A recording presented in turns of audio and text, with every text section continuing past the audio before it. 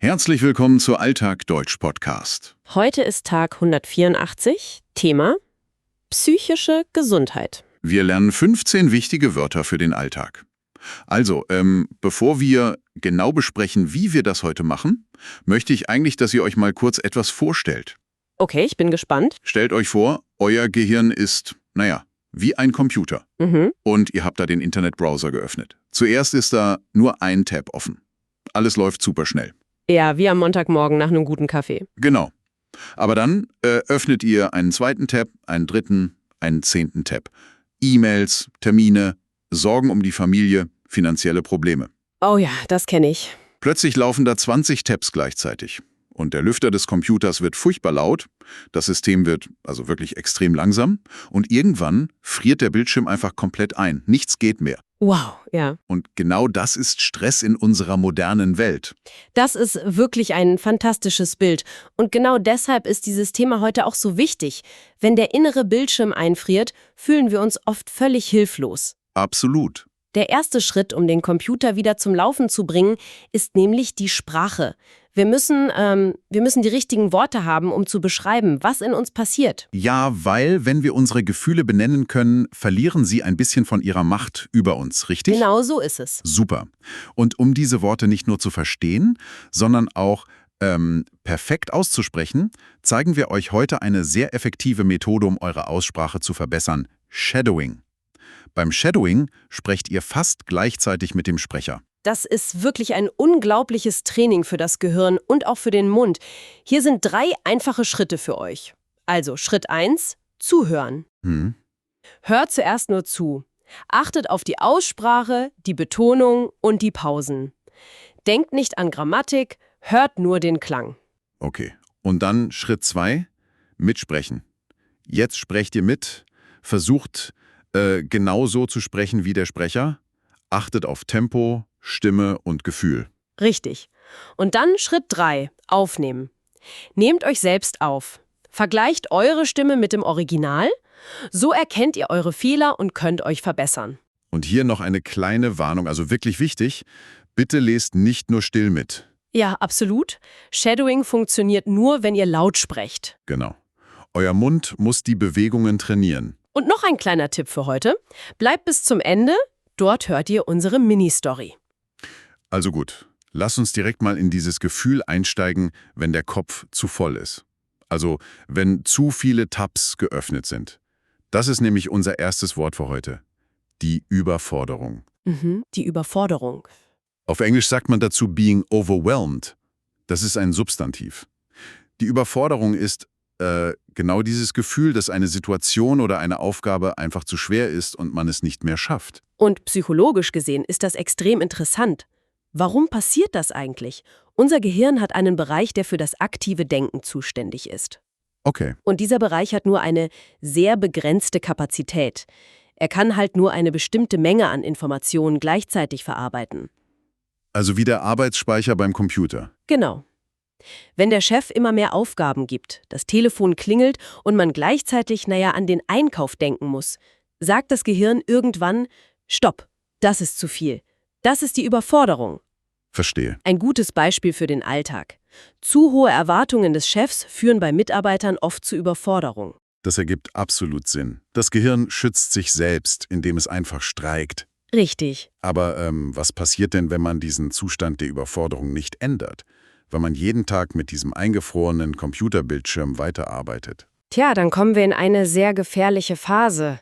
Der Körper und der Geist verbrauchen dann all ihre Reserven. Und das bringt uns direkt zu den nächsten beiden Wörtern, die sehr eng zusammengehören. Okay. Welche sind das? Das Substantiv ist die Erschöpfung, auf Englisch Exhaustion, und das passende Adjektiv dazu ist erschöpft, auf Englisch exhausted. Die Erschöpfung ist also mehr als nur so eine normale Müdigkeit nach dem Sport, oder? Oh ja, viel mehr. Normale Müdigkeit verschwindet ja eigentlich, wenn man mal eine Nacht gut schläft. Ja, das stimmt. Die Erschöpfung bleibt. Es ist ein Zustand, in dem man körperlich und geistig völlig kraftlos ist. Man hat absolut keine Energie mehr. Krass. Das Gehirn verbraucht normalerweise so etwa 20% unserer täglichen Energie. Wenn man mental aber immer unter Druck steht, verbraucht es noch viel mehr. Und irgendwann fehlt diese Energie dann den Muskeln. Ach, deshalb fühlt man sich bei Stress auch körperlich so schwer. Das erklärt wirklich so vieles. Ja, oder? Ich kenne das nämlich von mir selbst. Man sitzt den ganzen Tag nur am Schreibtisch, bewegt sich kaum, aber am Abend fühlt man sich, als wäre man wirklich einen Marathon gelaufen. Man ist einfach völlig erschöpft. Genau. Ein typischer Beispielsatz dafür. Nach den langen und stressigen Projektwochen fühlte das gesamte Team eine tiefe Erschöpfung. Mhm. Oder mit dem Adjektiv. Nach dem 12-stündigen Arbeitstag fühlte er sich geistig komplett erschöpft. Perfekt. Und hier gibt es noch etwas sehr Wichtiges zu verstehen. Wenn wir uns so ein Team im Büro ansehen, reagieren ja nicht alle Menschen gleich auf diesen Druck. Stimmt, manche sind total relaxed. Ja, einige können diese vielen offenen Tabs im Gehirn länger ertragen, andere eben nicht. Das liegt oft an unserem nächsten Wort. Sensibel. Sensibel? Genau. Das ist ein Adjektiv und bedeutet auf Englisch sensitive. Weißt du, ich habe oft das Gefühl, dass das Wort sensibel in unserer Arbeitswelt fast, wie ein Schimpfwort benutzt wird. So nach dem Motto, sei nicht so sensibel, du musst härter sein. Ja, das hört man leider oft. Aber ist das nicht eigentlich völlig falsch? Das ist komplett falsch. Wenn jemand sensibel ist, bedeutet das einfach, dass er feinfühlig ist. Das Nervensystem dieser Person reagiert einfach schneller und stärker auf Reize, auf Gefühle oder auf Stress. Ah, okay. Evolutionär gesehen war das für uns Menschen sogar extrem wichtig. In einer Gruppe brauchte man immer sensible Menschen, die Gefahren oder Veränderungen im Klima zuerst gespürt haben. Es ist eine große Stärke. Wow, das ist ein toller Gedanke. Ein sensibler Mensch merkt also viel schneller, wenn die Stimmung im Team schlecht ist oder wenn jemand Hilfe braucht. Genau. Aber er spürt eben auch den eigenen Stress schneller. Deshalb lautet unser Beispielsatz hier: Führungskräfte sollten für die Sorgen ihrer Mitarbeiter sensibel sein. Ein guter Chef sieht nicht nur die Zahlen, er spürt die Atmosphäre. Okay, das leuchtet ein. Wir verstehen jetzt also, wie Stress funktioniert. Das Gehirn ist überfordert, der Körper wird erschöpft und unsere persönliche Sensibilität spielt dabei eine Rolle. Aber wie kommen wir aus dieser Spirale wieder heraus? Der erste Schritt zur Besserung ist doch radikale Ehrlichkeit mit sich selbst, oder? Ja, absolut. Man muss hinsehen. Und das ist direkt unser nächstes Wort, ein sehr wichtiges Verb: erkennen. Erkennen. Auf Englisch heißt das to recognize. Da es ein Verb ist, brauchen wir natürlich die Perfektform für die Vergangenheit. Hat erkannt. Aber Moment mal, das Wort erkennen benutze ich doch eigentlich, wenn ich einen alten Freund auf der Straße sehe und denke, ach, das ist doch der Thomas. Ja, das stimmt. Was bedeutet es denn in der Psychologie? Es ist ähnlich, aber ein bisschen tiefer. Es bedeutet, ein Problem, ein Muster oder eine Gefahr durch sehr genaues Hinsehen deutlich zu bemerken und zu verstehen. Man sieht nicht nur den Freund, man sieht quasi die Wahrheit hinter einer Situation. Ah, ich verstehe. Ein Beispielsatz. Man sollte die ersten Warnzeichen einer Überlastung frühzeitig erkennen. Zum Beispiel, wenn man plötzlich ganz schlecht schläft oder ständig Bauchschmerzen hat. Man muss das erkennen und sagen: Aha, mein Körper sendet mir gerade eine Nachricht. Ganz ehrlich, Ja, manchmal finde ich es wirklich viel einfacher, so zu tun, als ob alles in Ordnung ist. Wenn ich diese Warnzeichen einfach ignoriere, dann muss ich nichts an meinem Leben ändern. das ist menschlich. Ich muss keine schweren Gespräche führen. Ist das nicht kurzfristig ein sehr guter Schutz? Das verstehe ich total. Es fühlt sich im ersten Moment wie ein Schutzschild an. Aber das ist eine sehr gefährliche Illusion. Okay. Und da sind wir direkt bei unserem nächsten Verb. Ignorieren. Das bedeutet auf Englisch to ignore. Die Perfektform ist hat ignoriert. Es bedeutet, etwas absichtlich nicht zu beachten. Man schaut einfach weg. Also wie bei einem Kind, das sich die Augen zuhält und denkt, es ist unsichtbar. Ganz genau. Stellt euch mal vor, ihr fahrt Auto auf der Autobahn. Plötzlich blinkt im Armaturenbrett eine kleine rote Lampe. Oh je, das ist nie gut. Nein, sie warnt euch, dass der Motor zu heiß ist. Wenn ihr diese Lampe jetzt einfach ignoriert, fahrt ihr vielleicht noch 10 Kilometer weiter, ist es total bequem, Ja, aber dann explodiert der Motor und das Auto ist komplett kaputt. Bei unserer Psyche ist es ganz genauso. Unser Beispielsatz ist: Man darf anhaltenden Schlafmangel und Dauerstress nicht einfach ignorieren. das ist ein super Vergleich. Die rote Lampe im Auto ist natürlich sehr deutlich. Aber psychischer Stress ist ja leider oft völlig unsichtbar. Wie kann ich denn etwas erkennen, das ich gar nicht anfassen kann? Das ist die große Kunst. Wir müssen das Unsichtbare sichtbar machen. Wir müssen es in die reale Welt holen. Und dafür brauchen wir unser nächstes Wort, das Adjektiv greifbar. Greifbar. Auf Englisch sagt man tangible oder concrete. Greifbar kommt vom Verb greifen. Richtig. Also wenn ich einen Stift mit der Hand nehme, kann ich ihn greifen. Richtig. In der Psychologie bedeutet greifbar, dass ein sehr abstraktes Gefühl so klar und konkret wird, dass man es logisch verstehen kann. Okay, aber wie machen wir Stress denn greifbar? Zum Beispiel, indem wir ihn aufschreiben. Wenn wir unsere Sorgen auf ein Blatt Papier schreiben, wandern sie quasi aus dem emotionalen Teil unseres Gehirns in den logischen Teil. Ach, interessant. Plötzlich stehen die Probleme auf dem Papier. Sie sind greifbar. Wow, das ist ein toller Trick. Ein Beispielsatz für den Alltag könnte dann sein: Durch das Gespräch mit einer guten Freundin wurden die Ursachen für ihren Stress endlich greifbar. Sehr gut. Man redet und plötzlich sagt man: Deshalb bin ich eigentlich so wütend. Exakt.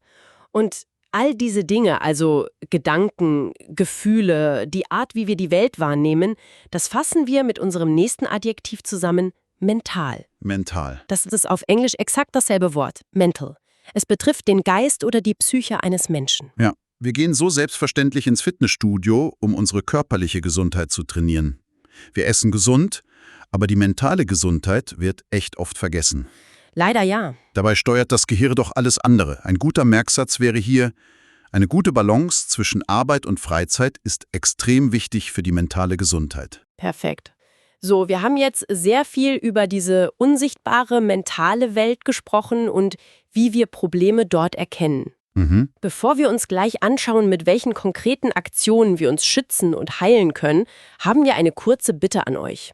Wenn euch unser Podcast beim Deutschlernen hilft, dann abonniert gern unseren Kanal und gebt uns einen Daumen nach oben. Das hilft uns wirklich sehr. So, wir wissen jetzt, wie der Stress funktioniert. Wir wissen, dass wir nicht wegschauen dürfen. Aber was tun wir konkret? Wir müssen ja in die Aktion gehen. Richtig. Ich denke, das Wichtigste in unserer modernen Welt ist es, Mauern zu bauen. Oder besser gesagt, Grenzen zu ziehen. Definitiv. Das ist nämlich unser nächstes Wort. Abgrenzen. Auf Englisch to distance oneself. Das ist ein reflexives Verb. Also sich abgrenzen. Genau, die Perfektform ist hat sich abgegrenzt. Es bedeutet, eine klare Linie zu ziehen. Zu sagen, bis hierhin und nicht weiter. Das betrifft Aufgaben, aber eben auch Emotionen. Oh, das ist besonders beim Homeoffice extrem schwierig geworden, oder? Oh ja. Wenn das Büro plötzlich im Wohnzimmer ist, man sitzt mit dem Laptop am Küchentisch, man ist dort, man arbeitet dort, die Grenze zwischen ich arbeite und ich habe Freizeit existiert ja räumlich gar nicht mehr. Das ist das allerbeste Beispiel. Das Gehirn braucht aber Rituale, um zu wissen, wann die Arbeit vorbei ist. Früher war der Weg nach Hause im Auto oder in der Bahn dieses Ritual. Stimmt. Heute fehlt das. Deshalb der Beispielsatz. Im Homeoffice muss man sich bewusst abgrenzen, um am Abend mental abzuschalten. Man muss den Laptop vielleicht einfach in eine Schublade legen, die Tür zumachen. Aber sich abzugrenzen, also Nein zu sagen, das ist wahnsinnig schwer. Wenn der Chef am Freitagabend noch eine E-Mail schreibt, will man ja eigentlich ein guter Mitarbeiter sein und antworten. Ja, der innere Druck ist da groß. Es zu ignorieren fühlt sich irgendwie falsch an. Es braucht unglaublich viel Kraft, diesen Laptop einfach zuzulassen. Und diese Kraft hat auch einen Namen, das ist unser nächstes Wort, die Überwindung. Die Überwindung. Auf Englisch overcoming. Es ist dieses ganz starke Gefühl von innerem Widerstand, bevor wir etwas tun, das uns vielleicht Angst macht oder das ungewohnt ist. Das ist wie bei einem Sprung in einen sehr kalten See, oder? Haha, ja. Man steht am Rand, das Wasser ist eisig, man weiß, danach fühlt man sich toll. Aber der Moment, bevor man springt, diese Sekunden, das ist die absolute Überwindung. Ein perfektes Bild. Es ist die Reibung vor der Aktion. Und bei psychischen Themen ist diese Reibung oft enorm groß. Es kostet extrem viel Überwindung, Schwäche zu zeigen. Das glaube ich. Ein Beispielsatz? Es kostet viel Überwindung, dem Chef ehrlich zu sagen, dass man völlig überfordert ist. Aber ohne diesen Sprung in das kalte Wasser ändert sich halt nichts. Das stimmt. Und wenn man diese Überwindung geschafft hat, wenn man Hilfe sucht oder Grenzen setzt, dann kommt ja irgendwann der Moment, in dem die schwere Zeit vorbei ist. Hoffentlich, ja. Und dafür haben wir ein wunderbar positives Verb. Überstehen. Auf Englisch to get through. Die Perfektform lautet hat überstanden. Ja, das ist wirklich ein Wort der Hoffnung. Es bedeutet, eine schwierige, anstrengende oder krisenhafte Phase erfolgreich durchzumachen und am Ende wieder im Licht zu stehen. Es zeigt uns, dass Krisen nicht für immer bleiben. Das ist so wichtig für die mentale Gesundheit. Wenn man in der Krise steckt, denkt man oft, man ist in einer tiefen Höhle. Es ist dunkel und es gibt keinen Ausgang. Aber in Wirklichkeit ist man in einem Tunnel. Man muss nur weitergehen. Man wird diesen Tunnel überstehen. Ein sehr schöner Gedanke. Ein schönes Beispiel aus dem Berufsleben. Gemeinsam als Team konnten wir diese extrem stressige Projektphase gut überstehen. Wir haben uns gegenseitig geholfen und jetzt ist es geschafft. Das ist ein tolles Gefühl. Aber natürlich wollen wir im Leben nicht nur ständig von einer Krise zur nächsten laufen und hoffen, dass wir sie überstehen. Nein, lieber nicht. Wir wollen ja langfristig stark werden. Wir wollen unsere Architektur so bauen, dass der Wind uns nichts mehr anhaben kann. Und das nennt man die Belastbarkeit. Die Belastbarkeit. Auf Englisch Resilience. Ein langes Wort, aber ein sehr wichtiges. Es bedeutet, dass man auch unter großem Stress ruhig, gesund und handlungsfähig bleibt. Genau. Stell dir einfach einen Baum im Sturm vor. Wenn der Baum ganz starr und hart ist, bricht er ab. Wenn er aber flexibel ist, biegt er sich im Wind, bricht aber nicht. Das ist Belastbarkeit.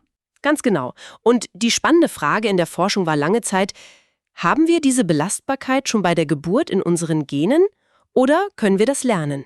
Und, was ist die Antwort? Ich hoffe doch, wir können es lernen. Die moderne Psychologie sagt ganz klar, ja. Puh, zum Glück. Es ist wie ein Muskel. Ein Teil ist genetisch, aber den Großteil können wir trainieren. Wir können Strategien lernen, wie wir mit Stress umgehen. In der modernen Arbeitswelt ist das entscheidend. Okay, hast du da einen Beispielsatz? Ja. Im Vorstellungsgespräch fragen Arbeitgeber heute oft direkt nach der persönlichen Belastbarkeit.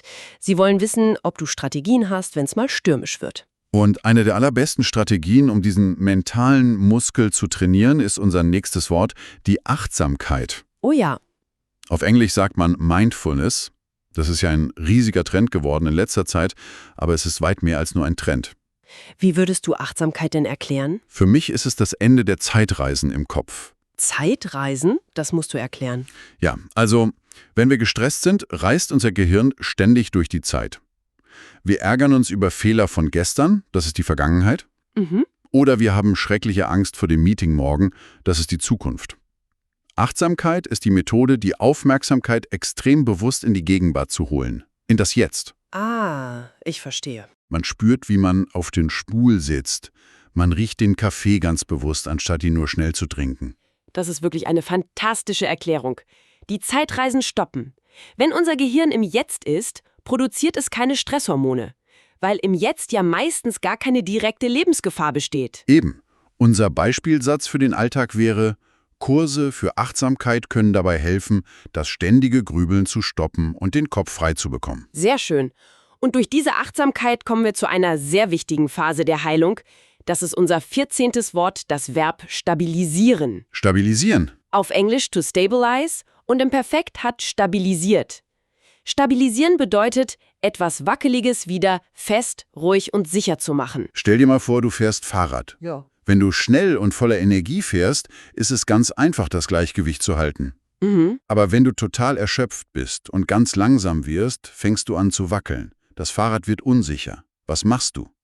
Du musst anhalten und einen Fuß fest auf den Boden stellen. Richtig. Das ist stabilisieren. Du gibst dir selbst wieder Halt, bevor du weiterfährst. Ein geniales Bild für den Alltag. Genauso funktioniert es im echten Leben. Wenn der Stress uns wackelig macht, brauchen wir einfach einen Fuß auf dem Boden. Ein Beispielsatz: Nach einer kurzen Auszeit in der Natur konnte er seine mentale Gesundheit endlich wieder stabilisieren. Er hat also den Fuß auf den Boden gestellt. Genau. Und wenn wir all das geschafft haben, also wenn wir uns abgrenzen, Achtsamkeit üben und uns stabilisieren, dann erreichen wir unser ultimatives Ziel. Unser 15. und letztes Wort für heute. Ausgeglichen. Ausgeglichen. Auf Englisch balanced. Das ist vielleicht das schönste Wort in dieser ganzen Reihe. Es ist ein Adjektiv. Wenn jemand ausgeglichen ist, bedeutet das nicht, dass er überhaupt keine Gefühle mehr hat oder völlig leer ist. Es bedeutet, dass alles in einer harmonischen Balance ist. Genau, wie eine Waage. Auf der linken Seite liegt das Gewicht der Arbeit und des Stresses.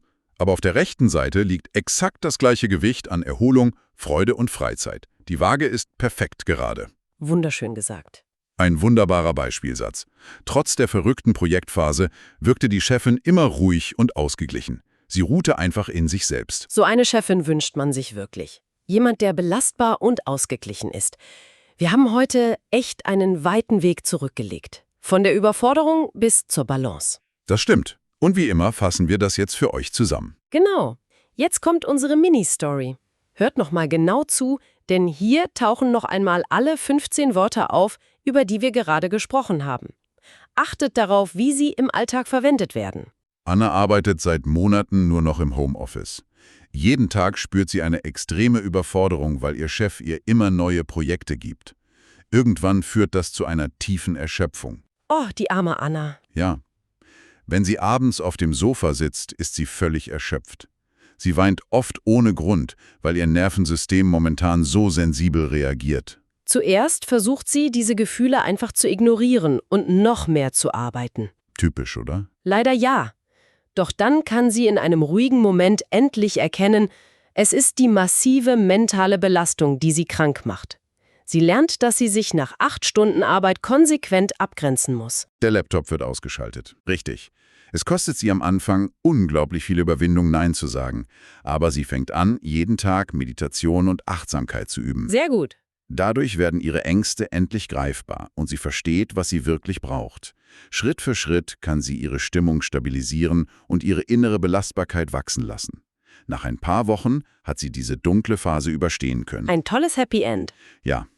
Heute sitzt Anna am Schreibtisch und lächelt.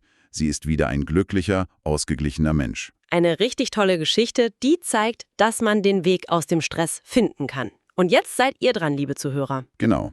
Schreibt eigene Sätze mit den neuen Wörtern in die Kommentare. Erzählt uns von eurer Erfahrung, abonniert den Kanal und gebt einen Daumen nach oben. Morgen sprechen wir über Nachhaltige Energie. Vielen Dank fürs Zuhören. Bis morgen bei Alltag Deutsch Podcast. Tschüss und einen schönen Tag noch. Und bevor die Musik jetzt ganz ausfadet, gebe ich euch noch einen kurzen philosophischen Gedanken mit auf den Weg. Wow, ich bin gespannt.